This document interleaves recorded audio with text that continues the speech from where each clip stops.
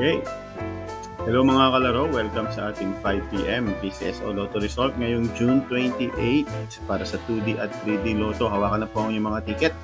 Paki-comment po kung anong number ang tinayaan nyo. At ito na ang resulta ng ating 5pm games. Para sa 2D Lotto, 23-4. 23-4 in exact order, panalo ka ng 4,000 pesos. 2,000 naman kung ikaw po ay nag-rambo dito. Nakasubscribe ka na ba? Subscribe dahil 3 times a day po tayo nag-upload para lagi kang updated sa result. Paki-comment, nag-subscribe na ako, Eli. Okay, para sa 3D Lotto, 596. 596 naman, panalo ka ng 4,500 sa target at 750 kung ikaw po ay nag-rumble.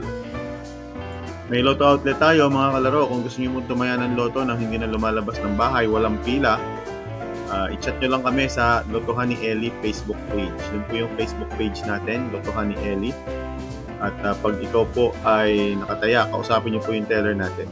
At may ticket po yan. Pag nanalo kayo, sisend natin diretso sa inyong GCash account. Okay? Or bank account.